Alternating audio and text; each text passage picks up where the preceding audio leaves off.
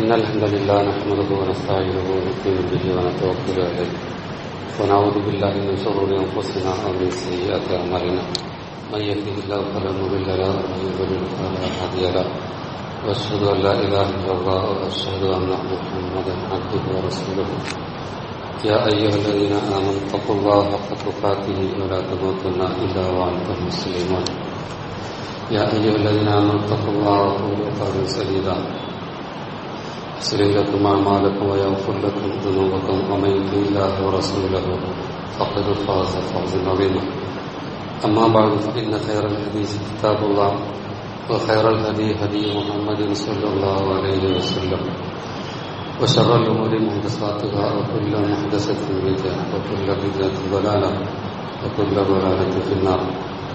أعوذ بالله من الشيطان الرجيم. بسم الله الرحمن الرحيم. وضرب الله مثلا للذين آمنوا امرأة فرعون إذ قالت رب ابن لي عندك بيتا في الجنة ونجني من فرعون وعمله ونجني من القوم الظالمين. സ്നേഹം പറഞ്ഞ സത്യവിശ്വാസികളെ, അള്ളാഹുവിന്റെ വിധിവിലക്കുകൾ ജീവിതത്തിലുടനീളം പാലിക്കണമെന്ന് എല്ലാവരെയും ആദ്യമായി വസിയത്ത് ചെയ്യും. പരിശുദ്ധ ഖുർആനിലെ സൂറത്ത് തഹ്രീമിലെ ഒരു വചനമാണ് ഞാനിവിടെ ഓതിയത്. ഫിറഔന്റെ ഭാര്യ ആസിയ ബീവി പറയുന്ന ഒരു കാര്യമാണ് പരിശുദ്ധ ഖുർആൻ നമുക്കിവിടെ ഉദാഹരണമായി എടുത്ത് പറഞ്ഞു തരുന്നത്. വലിയ പാഠങ്ങളുള്ള ഒരു വിഷയമാണ്. ഞാൻ അതിലേക്ക് കയറുന്നതിന് മുമ്പ് ഒരു ചരിത്രം ആദ്യം നിങ്ങളെ കേൾപ്പിക്കുക. ജാഹിലി കാലഘട്ടത്തിലെ ഒരു അറിയപ്പെട്ട ഒരു കവി, അയാളുടെ പേര് അൽ ആയിഷ ഇബ്നുൽ ഖൈസ് എന്നാണ്. വലിയ കവിയായിരുന്നു അയാൾ. അയാൾ ഇസ്ലാമിലേക്ക് വരാൻ നബി തിരുമേനിയെ കാണാൻ വേണ്ടി അയാൾ ചെയ്യുന്നൊരു യാത്രയെപ്പറ്റി പറയുന്നു. അപ്പൊ അറിയപ്പെട്ട ഒരു കവിയായ സ്ഥിതിക്ക് അയാളുടെ കവിത ഇസ്ലാമിന്, ആ കഴിവ് ഇസ്ലാമിന് വേണ്ടി ഉപയോഗിക്കുക എന്നൊക്കെ പറഞ്ഞ നല്ല കാര്യം തന്നെയാണ്. പക്ഷെ അയാൾ വരുന്നു എന്നുള്ളത് എതിരാളികൾ അറിഞ്ഞപ്പോ അദ്ദേഹത്തെ വഴിയിൽ വെച്ച് കാണാൻ തീരുമാനിച്ചു. അവര് ചോദിച്ചു, നിങ്ങൾ എങ്ങോട്ടാ പോണത്? അപ്പൊ അദ്ദേഹം പറഞ്ഞു, ഞാൻ മുഹമ്മദ് നബിയുടെ അടുത്ത് പോവുകയാണ്, മുസ്ലിം ആവാൻ വേണ്ടി പോവുകയാണ് എന്ന് പറഞ്ഞു. അത് ഇവര് മുടക്കം പറയണം. ഇവര് പറഞ്ഞു, മുഹമ്മദ് കള്ള് ഹറാമാക്കിയിട്ടുണ്ട്, കള്ള് കുടിക്കാൻ പറ്റൂല. അപ്പൊ അദ്ദേഹം പറഞ്ഞു, അത് പ്രശ്നമല്ല, അതല്ലെങ്കിലും ബുദ്ധിയെ നശിപ്പിക്കുന്നതാണ്, പിന്നെ വലിയ കാര്യപ്പെട്ട ആൾക്കാർ ചേർന്ന പണിയൊന്നുമല്ല, അതുകൊണ്ട് അതെനിക്ക് വിഷയമല്ല. അപ്പൊ അവര് പറഞ്ഞു, അദ്ദേഹം വ്യഭിചാരം ഹറാമാക്കിയിട്ടുണ്ട്, അതൊന്നും പറ്റൂല. അപ്പൊ അദ്ദേഹം പറഞ്ഞു, ഞാൻ വയസ്സനാണ്, വൃദ്ധനാണ്, ഇതിപ്പോ സ്ത്രീകളെ ഒരാവശ്യമില്ല, അതുകൊണ്ട് അതൊന്നും എനിക്ക് വിഷയമല്ല എന്നാണ് പറഞ്ഞു. അപ്പൊ ഇത് രണ്ടും വിജയിച്ചില്ല. അപ്പൊ പിന്നെ അവരുടെ അടുത്ത പണി അവരെടുക്കുകയാണ്. ചിലർ പറഞ്ഞു, നിങ്ങൾക്ക് 100 ഒട്ടകം തരാം എന്ന് പറഞ്ഞിട്ടുണ്ട്, നിങ്ങൾ മടങ്ങിപ്പോകണം. അപ്പൊ അയാൾ പറയണം, അമ്മൽ മാറുഫാണ്, അത്ര വലിയ ധനമാണെങ്കിലോ ശരി. അങ്ങനെ അയാൾ മടങ്ങിപ്പോവാണ്. പണത്തിന്റെ മുമ്പിൽ അദ്ദേഹം കീഴടങ്ങി. പിന്നെ അയാൾ മുസ്ലിം അല്ലാതെ തന്നെയാണ് മരിച്ചു പോയിട്ടുള്ളത്. ചില റിപ്പോർട്ടിൽ അയാൾ പോകുന്ന വഴിക്ക് തന്നെ അയാളെ വാഹനം പുറത്തുനിന്ന് വീണ് മരിച്ചു എന്നൊക്കെയാണ് അയാളെ പറ്റി പറയുന്നത്. ചില പാഠങ്ങൾ ഇതിലുണ്ട്. ഇതിലൊന്ന് ആദ്യം തന്നെ പറഞ്ഞല്ലോ, പലരും ഇസ്ലാമിലേക്ക് വരുന്നത് തടുത്തു നിർത്തുന്നൊരു വിഷയം ഇസ്ലാമിന്റെ ചില വിഷയങ്ങൾ പറഞ്ഞിട്ടാണ്. അതിൽ പോയാൽ ഇന്ന കാര്യമൊക്കെ ചെയ്യേണ്ടി വരും, 5 നേരം നിസ്കരിക്കേണ്ടി വരും, അതുപോലെ സക്കാത്ത് കൊടുക്കേണ്ടി വരും, ഹജ്ജ് ചെയ്യേണ്ടി വരും, നമുക്ക് നമ്മുടെ ധനം അതിന്റെ ഒക്കെ ചില വിഹിതം നല്ല വഴിയിലൊക്കെ ചെലവഴിക്കണമെന്നും പറയും. അങ്ങനെ പല പ്രശ്നങ്ങളുണ്ട്. പിന്നെ നമ്മളൊക്കെ ശീലിച്ചു വന്ന കുറെ കാര്യങ്ങളുണ്ടല്ലോ, അതൊന്നും ചെയ്യാൻ പറ്റൂല, മദ്യപിക്കാൻ പറ്റില്ല, വ്യഭിചരിക്കാൻ പറ്റൂല, അങ്ങനെ പല വിഷയങ്ങളുണ്ട്. അപ്പൊ ഇത് വെച്ചിട്ട് ചിലരെന്ത് ചെയ്യും, ഇസ്ലാമിനെ അതിൽ നിന്ന് ജനങ്ങളെ തടുത്തു. അതൊന്ന് വളരെ വ്യാപകമാണ്. ഇസ്ലാമിന്റെ എതിരാളികളെ സംബന്ധിച്ചിടത്തോളം അവരെന്നെ എടുത്ത് കാണിക്കുന്നതിന് ഇത്തരം വിഷയങ്ങളാണ്. ഇപ്പൊ ലോട്ടറി പറ്റില്ല, അതൊക്കെ വലിയ വരുമാന മാർഗമാണ്. അപ്പൊ ഇസ്ലാം അത് പ്രശ്നമാണ്. സ്ത്രീകളെ സൗന്ദര്യം പ്രദർശിപ്പിക്കൽ പറ്റില്ല, അപ്പൊ ഇസ്ലാം പ്രശ്നമാണ്. ഇതുപോലെ മദ്യപാനം പറ്റില്ല, അതുപോലെ ഇത്തരം വ്യഭിചാരങ്ങൾ, അതുപോലെ ലൈംഗികമായ പലതും, ഇതൊക്കെ വലിയ വരുമാന മാർഗമാണ്. ഫോൺ താരങ്ങൾ എന്നൊക്കെ പറഞ്ഞാൽ സിനിമാ താരങ്ങളും മറ്റൊക്കെയുണ്ട് നമ്മുടെ കേൾക്കല്. അതന്നെ സംഗീതവും മറ്റൊക്കെ, അതൊക്കെ ഇപ്പൊ ഇസ്ലാമിൽ പ്രശ്നമാണ്. ഇന്ന് വേറെ അവരുടെ ലൈംഗികത കാണിച്ച് വരുമാനം ഉണ്ടാക്കി ഏറ്റവും കൂടുതൽ വരുമാനം നേടുന്നൊരു വിഷയമാണ് ഇപ്പൊ ഈ സെക്സിന്റെ വിഷയം എന്ന് പറയുന്നത്. അപ്പൊ ഇതൊക്കെ ഇങ്ങനെ എണ്ണിയ കുറെ വിഷയങ്ങളുണ്ടല്ലോ. മനുഷ്യന് അതിന്റെ പരിമിതി മനുഷ്യന്റെ നാശത്തിലാണെങ്കിലും ആൾക്കാർക്ക് പൈസ ഉണ്ടാകണം. അതിനൊക്കെ തടസ്സമാണ് അങ്ങനെ ഇസ്ലാമിൽ നിന്ന് ജനങ്ങളെ മാറ്റി നിർത്തുന്നവർ, അതിനെതിരെ സംസാരിക്കുന്നവർ ഇന്ന് വളരെ വ്യാപകം. വേറെ ചിലരോ ഇനി മുസ്ലിമായി ജനിച്ചവർ തന്നെ അവർ നിങ്ങൾ മതബോധമുള്ള ആൾക്കാരുടെ കൂടെയാണ് ജീവിക്കേണ്ടത്, അവരുടെ കൂടെയാണ് പ്രവർത്തിക്കേണ്ടത്, നല്ല അന്തരീക്ഷത്തിലാണ് വേണ്ടത് എന്നൊക്കെ പറയുമ്പോൾ അവരും അതൊക്കെ പഠിക്കാൻ നിന്നാൽ പിന്നെ നമ്മളതിനനുസരിച്ച് ജീവിക്കേണ്ടി വരും എന്നാ പറയാം. അപ്പൊ നമ്മൾ ചെയ്യണ തിന്മകളൊന്നും ചെയ്യാൻ പറ്റൂല, പിന്നെ അവർ പറയുന്നതനുസരിച്ച് ജീവിക്കേണ്ടി, ഇങ്ങനെയൊക്കെ മാറി ജീവിക്കുന്നവരുണ്ട്. വാസ്തവത്തിൽ നൈമിഷികമായ തന്റെ തന്നിഷ്ടങ്ങളെ സുഖിപ്പിക്കാൻ വേണ്ടിയിട്ട് അതിന്റെ പിന്നാലെ പോകുന്നവര് തീർച്ചയായും നാശത്തിന്റെ വഴിയിലാണ് പോകുന്നത്. അവര് ഖേദിക്കും, മരണത്തിന്റെ നേരെ ഖേദിക്കും. അല്ലാതെ തന്നെ അവരുടെ വകതിരിവ് അവർക്ക് തിരിച്ച് അവരുടെ മനസ്സിലേക്ക് വരുന്ന നേരമൊക്കെ അവർ പറയും പോക്കൊന്നും ശരിയില്ല എന്ന് അവരുടെ മനസ്സിലുണ്ടാവും. പരലോകത്തിൽ അവരുടെ ഖേദം തുറക്കാൻ തന്നെ പറയുന്നുണ്ട്. യൗമയാഹുവാലിമാലയതൈഹി എന്നാണ്. അക്രമി തന്റെ വിരല് കടിക്കുന്ന സന്ദർഭം, ദിവസം. അവന് പറയും ഞാൻ റസൂൽ തിരുമേന്റെ കൂടെ ഒരു മാർഗം സ്വീകരിച്ചിരുന്നുവെങ്കിൽ എത്ര നന്നായിരുന്നു. ഇന്നാലിന്ന കൂട്ടുകാരനെ ഞാൻ കൂടെ കൂട്ടിയിട്ടില്ലായിരുന്നുവെങ്കിൽ എത്ര നന്നായിരുന്നു. എന്തൊരു കൂട്ടുകാരല്ല, മോശപ്പെട്ട ഒരുപാട് കൂട്ടുകാരാണ് ആൾക്കാർക്കുള്ളത്. അങ്ങനെ അവൻ നാശത്തിന്റെ വഴിയിലെത്തുക. അങ്ങനെയാണ് ഇപ്പം പലരും നശിച്ചു പോകുന്നതിന്റെ ഒരു വഴിയാണ് ഇപ്പം. ഈ നമുക്ക് വേറൊരു പാഠതിയിലുള്ള വേറൊരു കാര്യം ഞാൻ പറയും, ചുരുക്കിയ പറയുന്നു. ഈ സമ്പത്ത് മിക്ക ആൾക്കാരും തകർക്കും, ആദർശമൊക്കെ പിന്നെ പണയം വെക്കും. അദ്ദേഹം എന്താണ് മുസ്ലിമാൻ വേണ്ടി വരെയുള്ളൂ, അപ്പോഴാണ് പ്രശ്നം വന്നത്. പണം 100 ഒട്ടകം എന്നൊക്കെ പറഞ്ഞ പിന്നെന്താ ആദർശം? ഇതിന് വളരെ വ്യാപകമാണ്. ഏത് അബ്ദുല്ലാഹിബ്നു ഹുദാഫ, അദ്ദേഹം ചരിത്രം നമ്മൾ കേട്ടല്ലേ. അദ്ദേഹം റോമിൽ ചെന്നപ്പോ അവിടുത്തെ ഭരണാധികാരി, ക്രിസ്ത്യൻ ഭരണാധികാരി അദ്ദേഹത്തെ പിടിച്ചു വെച്ചിട്ട് പറഞ്ഞു, നിങ്ങൾ ക്രിസ്ത്യാനിയാവണമെന്ന്, എന്നാൽ എന്റെ അധികാരത്തിന്റെ പകുതി തരാം. അപ്പൊ അദ്ദേഹം പറഞ്ഞു, നിന്റെ അധികാരത്തിന്റെ പകുതിയല്ല, അത് മുഴുവനും, പിന്നെ അറബികളുടെ അധികാരം മുഴുവൻ തന്നാലും ഒരു കണ്ണിമ വെട്ടുന്ന നേരം പോലും ഞാൻ ഇസ്ലാമിൽ നിന്ന് പുറത്തു പോകില്ല എന്നാണ് പറയുന്നത്. ഒരു ലോകം തന്നെ തരാന്ന് പറഞ്ഞപ്പോ അദ്ദേഹത്തിന്റെ മറുപടിയാണ്. അപ്പൊ അദ്ദേഹം തടച്ച വള്ളത്തിൽ നിർത്തിയെന്നാണ്. അപ്പൊ അദ്ദേഹം കരഞ്ഞപ്പോ എന്തൊരു മാറ്റം ഉണ്ടാവുമെന്ന് വിചാരിച്ചു. അപ്പൊ ആ റോമ ചക്രവർത്തി ചോദിച്ചു, ഇനി ക്രിസ്ത്യാനി ആകുമല്ലേ, മാറ്റണ്ടല്ലോ, എന്തേ കരഞ്ഞെന്ന് ചോദിച്ചു. കരഞ്ഞതോ, എനിക്കെന്റെ ശരീരം, ഒരു ശരീരമല്ലേ ഉള്ളൂ എന്ന് വിചാരിച്ച് ഞാൻ കരഞ്ഞു. എന്റെ ശരീരത്തിൽ രോമങ്ങളുണ്ട്, അത്രയും ശരീരം എനിക്കുണ്ടായിരുന്നുവെങ്കിൽ. എന്നിട്ട് അതൊക്കെ അള്ളാന്റെ മാർഗത്തിൽ അവന് വേണ്ടി ഇങ്ങനെ കഷ്ടപ്പെട്ടാൽ എത്ര പ്രതിഫലം ഉണ്ടാവും. പക്ഷെ എനിക്ക് ആകെ ഒരു ശരീരമല്ലേ ഉള്ളൂ എന്ന് വിചാരിച്ചപ്പോൾ ഞാൻ കരഞ്ഞതാണ്. അപ്പൊ ഇവരെയൊക്കെ ഭൗതികമായ കാര്യങ്ങൾ കാണിച്ചിട്ട് ആർക്കെങ്കിലും പരാജയപ്പെടുത്താൻ പറ്റും. അതിൽപ്പെട്ടൊരു ഉദാഹരണമാണ് തുടക്കത്തിൽ ഞാൻ ഓതിയ ആസിയ ബീവിന്റെ സംഭവം. ആസിയ ബീവി റളിയല്ലാഹു അൻഹ, അവരാരാ? ഫിറൗനിന്റെ ഭാര്യയാണ്. അന്നുള്ള ആൾക്കാർ മുഴുവനും ഫിറൗനിനെ ആരാധ്യനായി കാണുക. കൊട്ടാരത്തിലെ റാണിയാണ്, രാജ്ഞിയാണ് ആര്? ഈ ആസിയ ബീവി. പക്ഷേ അവര് ഇസ്ലാമിലേക്ക് വന്നു എന്ന് പറഞ്ഞാൽ ലോകത്തുള്ള അമ്പിയാക്കളൊക്കെ ഇസ്ലാമാണ് ദൈവത്തിലെത്തി. മൂസാ അലൈഹി ഇസ്ലാമിൽ വിശ്വസിച്ചു. ആ നേരം അവരെ മർദ്ദിക്കാനും പീഡിപ്പിക്കാനും ഒക്കെ തുടങ്ങി. കൊട്ടം വെയിലില് മരുഭൂമിയിലെ കൊണ്ടുപോയി നിർത്തി മർദ്ദിച്ചു എന്നൊക്കെ ഉണ്ട് ചരിത്രത്തിൽ കാണാൻ കഴിയും.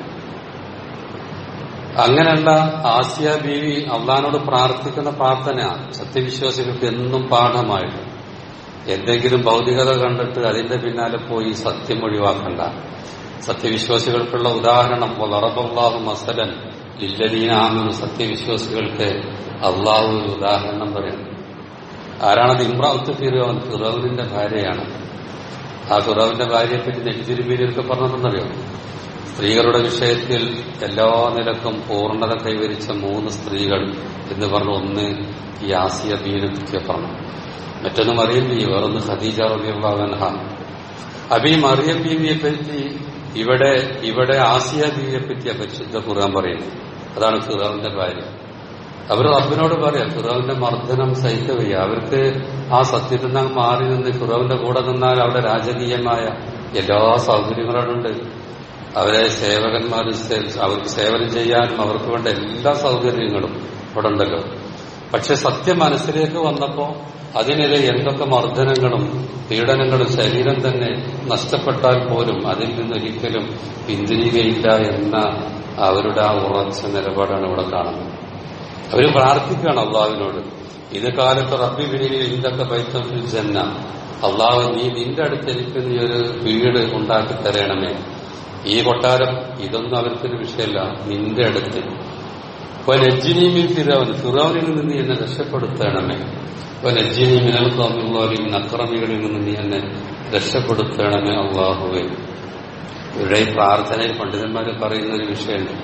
എന്താണ്? അൽ ജാറു ഖബ്ലദ്ദാർ. നമ്മളൊരു വീടെടുക്കുമ്പോൾ അതിന് മുമ്പ് അയൽവാസിയെ നോക്കണം. അങ്ങനെ തത്വമുണ്ട്, പൊതുവെ ഒരു തത്വമായി പറയാറുണ്ട്. നമ്മളൊരു വീട് വാങ്ങുക അല്ലെങ്കിൽ വീടെടുക്കുക, അപ്പൊ അവരുടെ അയൽവാസികൾ ആരാണ് എന്ന് പോകും. കാരണം അയൽവാസികൾ നന്നായി കഴിഞ്ഞാൽ നമുക്കത് വലിയൊരു അനുഗ്രഹമാണ്. നമുക്ക് ചിലപ്പോൾ വീട് അടച്ചു പോകേണ്ടി വരും, അപ്പോഴാ നേരം നമ്മുടെ വീട് നോക്കുക അവരാണ്. അതുപോലെ നമ്മളെപ്പറ്റി ഗീബത്ത് പറയാത്ത, നന്നീബത്ത് പറയാത്ത, നമുക്ക് ഗുണം ആഗ്രഹിക്കുന്ന ഒരു അയൽവാസിയാണെങ്കിൽ അത് വല്ലാത്തൊരു ഭാഗ്യമാണല്ലോ. ഇവിടെ അവർ ആദ്യം അയൽവാസിനെ നോക്കിയെന്ന് പറയാം. കാരണം റബ്ബി ബിരിന്തൊക്കെ അള്ളാഹു നിന്റെ അടുത്ത് ആദ്യം അള്ളാഹുവിനെ തെരഞ്ഞെടുത്തു, എന്നിട്ട് വീട് എന്നാ പറയും. അപ്പൊ റബ്ബിന്റെ അടുത്ത് അതാണല്ലോ സ്വർഗം. ആ സ്വർഗത്തിന്റെ ഏറ്റവും ഉയർന്നത് ജന്നാത്തുൽ ഫിർദൗസ്. അതിന്റെ മുകളിലാണ് റബ്ബിന്റെ അർശ് എന്നൊക്കെ ഉണ്ടല്ലോ. അപ്പൊ ആ റബ്ബിന്റെ അടുത്ത് പിന്നെ ഭവനം, ആദ്യം അയൽവാസി പിന്നെ ഭവനം എന്നതിന് പണ്ഡിതന്മാർ ഇവരുടെ ഈ പ്രാർത്ഥന തെളിവാക്കി പറയുന്നുണ്ട്. അപ്പൊ ഏതായാലും ശരി, ഈ ലോകത്തെ സുഖ സൗകര്യങ്ങളൊക്കെ ഇതിപ്പോ അവർ ഇസ്ലാമിലേക്ക് കടന്നു വന്ന് തന്നെ ആ ഫിറൗനിന്റെ ജാലവിദ്യക്കാരൊക്കെ ഇസ്ലാമിലേക്ക് വന്നപ്പോഴാണ്. അവരിതൊരു ഉദാഹരണമാണല്ലോ. എന്റെ സമ്മതമില്ലാതെ നിങ്ങൾ മുസ്ലിം വിശ്വസിച്ചുവല്ലേ, എന്നാൽ നിങ്ങളെ കൈകാലുകൾ ഞാൻ വിലങ്ങനെ ചെയ്തിക്കും, പരസ്യമായി കാണുന്ന രൂപത്തിൽ ഈത്തപ്പനന്റെ മുകളിൽ നിങ്ങളുടെ ക്രൂശിക്കുന്നു പറഞ്ഞപ്പോ നീ എന്തും ചെയ്തു എന്ന് അവര് പറഞ്ഞു. അപ്പൊ ഈ ലോകത്ത് എന്ത് നഷ്ടപ്പെട്ട, ഇത് തന്നെയാണ് ബിലാലിന്റെ ചരിത്രം, ഇത് തന്നെയാണ് അമ്മാറിന്റെ ചരിത്രം, പൂർവ്വീരുടെ ചരിത്രമൊക്കെ എടുത്തു നോക്കും. പക്ഷെ ഇന്ന് എന്തെങ്കിലുമൊക്കെ ഒന്ന് കിട്ടുമ്പോഴേത് എന്താണ് ആദർശം എന്ന് ആദ്യ ആദർശം തന്നെ പഠിക്കൂല. ഇസ്ലാമിന്റെ ആദർശം പഠിക്കുക, എന്നിട്ട് അതിനുവേണ്ടി നിലകൊള്ളുക. ചിലപ്പോൾ പ്രതിസന്ധികളും പ്രയാസങ്ങളും ഉണ്ടാവും, അതിൽ ഉറച്ചു നിൽക്കുന്നവന്റെ പേരാണ് സത്യവിശ്വാസി എന്ന് നമ്മൾ മനസ്സിലാക്കണം. അത് നമ്മൾ ഉൾപ്പെടണം. അല്ലാഹു നമ്മെ അനുഗ്രഹിക്കുമാറാകട്ടെ.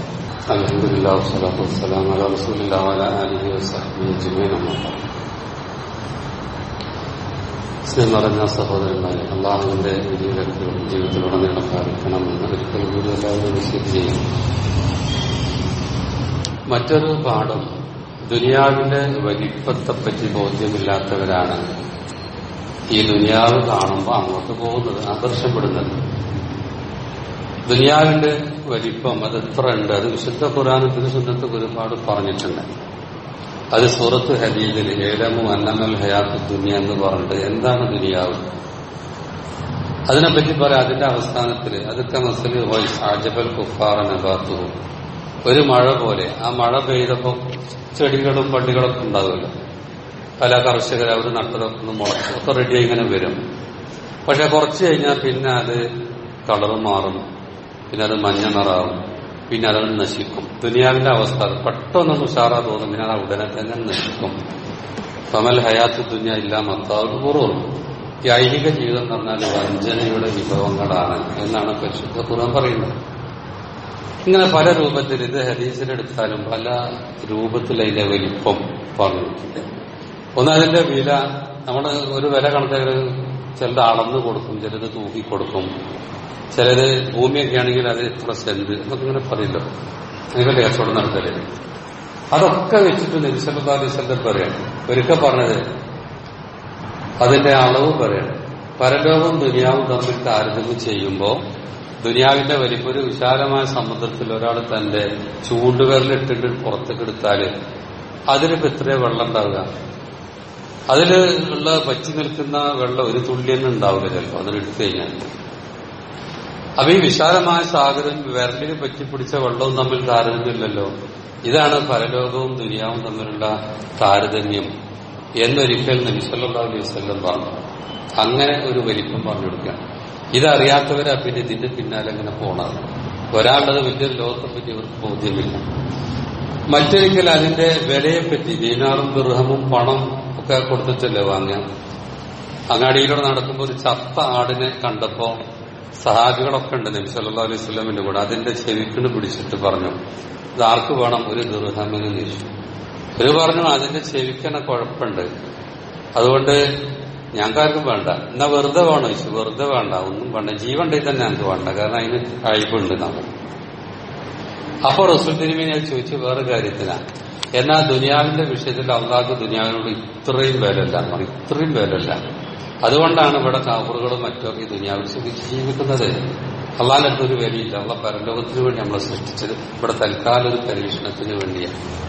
എന്നിട്ട് ഈ ഒരു പരീക്ഷണം ഇത്രയും വിലയില്ലാത്തൊരു കാര്യത്തിന് മനുഷ്യന്മാര് നെട്ടോട്ടം ഓടിയിട്ട് പരലോകം മറന്നുകൊണ്ട് പോകുന്ന ആൾക്കാരാണ് ഭൂരിഭാഗം ആൾക്കാരും എന്ന് നമുക്ക് മനസ്സിലാകുന്നത്. ഇതുപോലെ ഇതിനുള്ള വേറെ ഒരു കാര്യം, വേറെ പിന്നെ അതിന്റെ വേറെ നബി സല്ലല്ലാഹു അലൈഹി വസല്ലം പറഞ്ഞ വേറൊരു കാര്യം കൂടി ഞാൻ പറയും. അതിന്റെ വില ഒരിക്കൽ പറഞ്ഞു. അതെന്താ? പിന്നെ ഒരു കൊതുകിന്റെ ചിറകിന്റെ വില പോലും അള്ളാഹു ദുനിയാവിന് കൊടുത്തിട്ടില്ല. കൊടുത്തിട്ടുണ്ടായിരുന്നുവെങ്കിൽ കാഫറുകൾക്കൊന്നും ഇവിടെ അള്ളാഹ് ഖൈർ കൊടുക്കുമായിരുന്നില്ല എന്ന് പറഞ്ഞിട്ട്. മറ്റൊന്ന് ഭൂമി എന്ന നിലയ്ക്ക് നമ്മൾ അളന്നു കൊടുക്കുന്ന കാര്യമുണ്ടല്ലോ, അതിനെപ്പറ്റി ഒരിക്കൽ പറഞ്ഞത് മൗലിയു സൗത്തി അഹലിക്കും ഫിൽ ജന്ന. നിങ്ങളുടെ ചാട്ടവാർ നിങ്ങൾ ഒരു സ്ഥലത്ത് വെച്ചാൽ അതിന് ഇത്ര സ്ഥലം വേണ്ട, കുറച്ച് സ്ഥലം, ഒന്ന് നീർന്ന് കടക്കാൻ പോലും സ്ഥലം ഉണ്ടാവും. ഒരു ചാട്ടവാർ വെക്കുന്ന സ്ഥലം അത് സ്വർഗത്തിൽ കിട്ടുകയാണെങ്കിൽ ദുനിയ മുഴുവനും കിട്ടുന്നതിനേക്കാൾ നല്ലതെന്ന് പറഞ്ഞു. സ്വർഗത്തിൽ അത്ര കുറഞ്ഞ സ്ഥലത്തിന്റെ വിലയാണ് ആ പറഞ്ഞിട്ടുള്ളത്. അത് ഈ ലോകം മുഴുവൻ കിട്ടുന്നതിനേക്കാൾ, ഈ ലോകം മുഴുവൻ ഒരാൾക്ക് കിട്ടൂല. ഇതിന്റെ ചെറിയൊരു കാര്യം കിട്ടാനാണ് ഈ പരലോകത്തെ കളയുന്നത്. എന്നാൽ സ്വർഗത്തിൽ ഏറ്റവും കുറഞ്ഞ സ്ഥാനമുള്ള ആൾക്കാർ ഈ ലോകത്തിന്റെ 10 ഇരട്ടി ഉണ്ടാവുന്ന പറഞ്ഞു. അപ്പൊ നിങ്ങൾ ആലോചിച്ച് നോക്കി, ഈ സ്വർഗവും ഈ ലോകവും തമ്മിൽ ബന്ധിപ്പിക്കും. അതിന് ചാട്ടവാറ് വെക്കാനുള്ള ആ സ്ഥലം അത് കിട്ടിയാൽ തന്നെ ഈ ലോകം മുഴുവൻ കിട്ടുന്നതിനേക്കാൾ നല്ലതാണ്. എന്തെല്ലാം രൂപത്തിലാണ് വിശദീകരിച്ചത്. അപ്പൊ ഇസ്ലാം ഇങ്ങനെ പഠിപ്പിക്കുന്ന ഈ വിഷയത്തെ പറ്റിയൊന്നും ബോധമില്ലാതെ പലരും എന്ത് ചെയ്യാണ്, ഈ തന്നെയാണ് എല്ലാം എന്ന് വിചാരിച്ചിട്ട് ഈ സത്യം അവഗണിച്ച് ഇങ്ങനെ പോകുന്ന അത്തരം ആൾക്കാർക്ക് പല രൂപത്തിൽ ഇസ്ലാം കാര്യങ്ങൾ പഠിപ്പിച്ചു കൊടുക്കുന്നുണ്ട്. പക്ഷെ പലരും എന്ത് ചെയ്യാണ്, മാറി മോശമായ വഴിയിലൂടെ സഞ്ചരിച്ചുകൊണ്ടിരിക്കുക. അതിൽ നിന്ന് അവരെ പിന്തിരിപ്പിച്ച് യഥാർത്ഥ വഴിയിലൂടെ കൊണ്ടുവരാനാണ് പരിശുദ്ധ ഖുർആൻ തിരുസുന്നത്തും ഇവിടെ ശ്രമിക്കുന്നത്. ഖുർആൻ സുന്നത്ത് ആ സന്ദേശമാണ് മനുഷ്യർക്ക് നൽകുന്നത്. അല്ലാഹു സുബ്ഹാനഹു വ തആല ആ കിതാബ് സുന്നത്ത് വരച്ച ആ വഴിയിലൂടെ സഞ്ചരിക്കാനുള്ള തൗഫീഖ് നമുക്കെല്ലാം പ്രദാനം ചെയ്യുമാറാവട്ടെ. എല്ലാവിധ ഫിത്നകളിൽ നിന്നും രോഗങ്ങളിൽ നിന്നും പ്രതിസന്ധികളിൽ നിന്നുമൊക്കെ അള്ളാഹു നമ്മയെല്ലാം കാത്തു രക്ഷിക്കുമാറാവട്ടെ. നമ്മെ എല്ലാവരെയും അള്ളാഹു സുബ്ഹാനഹു വ തആല ജന്നാത്തുൽ ഫിർദൗസിൽ പ്രവേശിക്കുമാറാവട്ടെ. ربنا آتنا في الدنيا حسنة وفي الآخرة حسنة وقنا عذاب النار. ربنا لا تزغ قلوبنا بعد إذ هديتنا وهب لنا من لدنك رحمة إنك أنت الوهاب. اللهم اغفر للمؤمنين والمؤمنات والمسلمين والمسلمات. اللهم أعز الإسلام والمسلمين وأذل الشرك والمشركين. اللهم أجرنا من النار. وآخر دعوانا الحمد لله رب العالمين. صلى الله عليه وسلم.